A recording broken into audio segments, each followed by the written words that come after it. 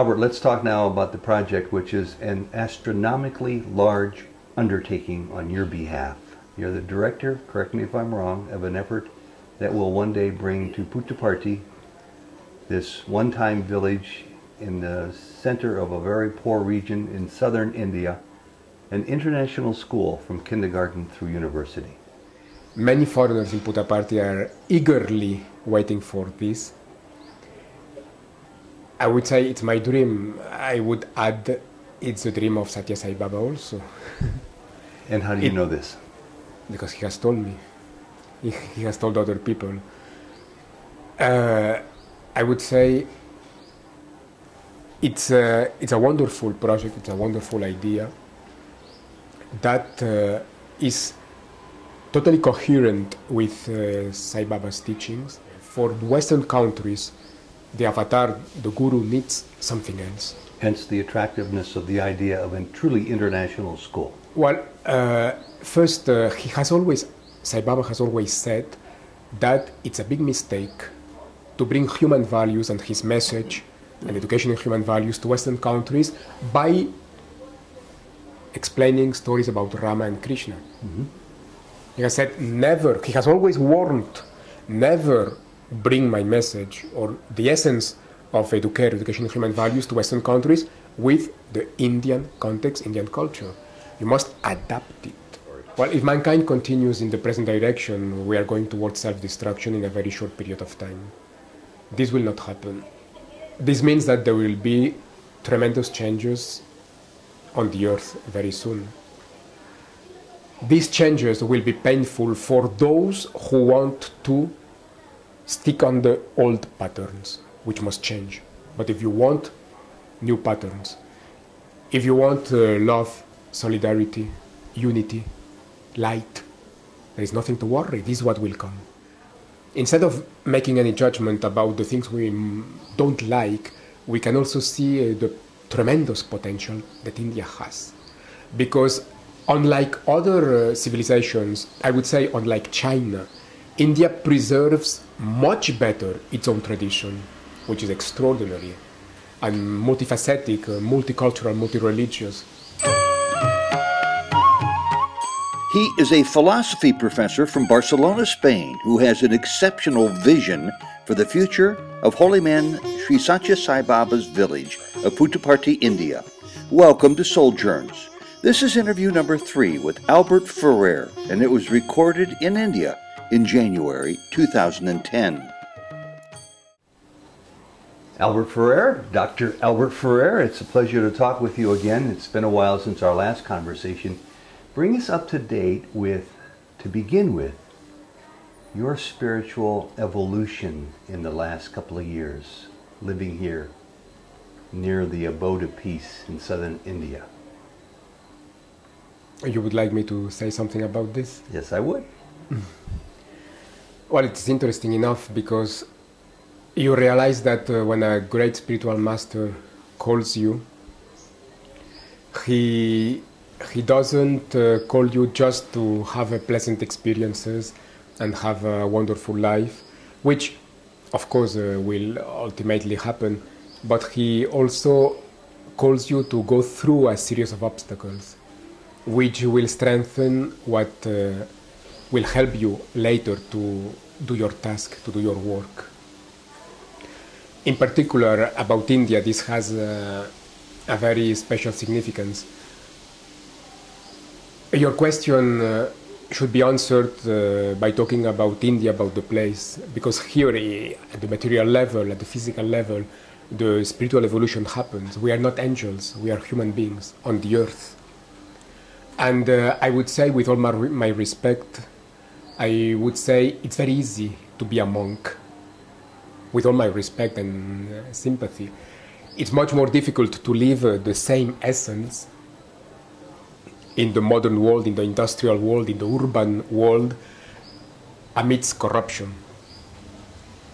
And this is what spiritual masters, not only Satya Sai Baba, but in general, all the spiritual masters of our time, they are calling us in that direction, to bring about, to unfold this essence in the industrial, modern, urban, and corrupted world.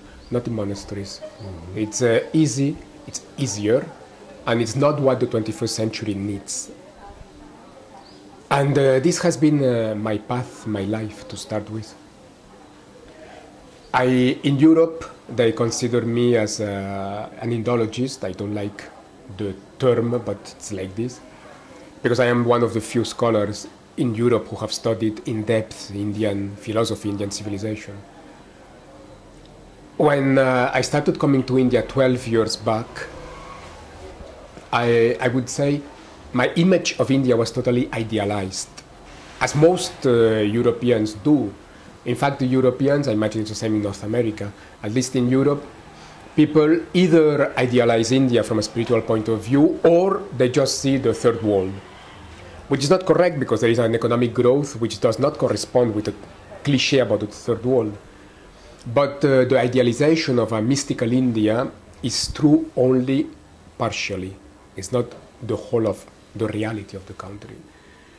And not having been in India before and studying Indian philosophy and having a very strong, very profound fascination for India, I idealized India as so many Europeans have done before and are still doing. And I can see very clearly that this great master, Satya Sai Baba, brought me through a process of deconstructing, of breaking this idealization to come into a correct, true, mature picture of India, and I would say the human condition in general. How long did it take him to help you shatter that idealized view of India? It has happened in the last 5 years, I would say 4 years. And what is the reality that you've been left to identify India as being today? Well, I have seen a totally corrupted country. The corruption, you can tell me there is corruption in Western countries. It's totally different. When you go for a birth certificate in one office in the USA, you must pay $10, $100 to get the certificate. It's unbelievable, isn't it? Here you must pay for everything. The country is corrupted from top to bottom everywhere. It's massive, it's structural. Can you make a generalization and say that's in keeping with the way life is in most, if not all, what we thought of as third world or developing countries? Of course, it's not a matter of India, it's a matter of social development. Europe was also corrupted centuries back. In fact, the things that Westerners might not like from India, they existed in Europe centuries back. If you take Europe in Renaissance, in the Renaissance period, Europe was chaotic, dirty, totally corrupted also. It's a matter of social development. It's not a matter of one country or another country, obviously. And in your idealized view of this country, you didn't know that before you came here? No, many Europeans that have interest about spirituality and they do research about Indian spirituality, if they have never been physically to the country or any of these developing countries, they don't have a clear picture. And what is else that you see clearly about the country today that you didn't know before? Well, when you live, first you face this structural corruption that affects daily life, which is unbelievable in Western countries. But you are also affected by the problems of lack of social development, some chaotic aspects of the country. From the point of view of hygiene, you can still face some little problems. So you find little by little all these material problems which do not correspond with the idealized image you had. You also face, or you know about the real politics of the country, which has nothing to do with the idealized image of mystical India. You see the violence which really exists in the country, which is not made of mystics only. You see the beating of children in schools, which is massive, for instance, which has nothing to do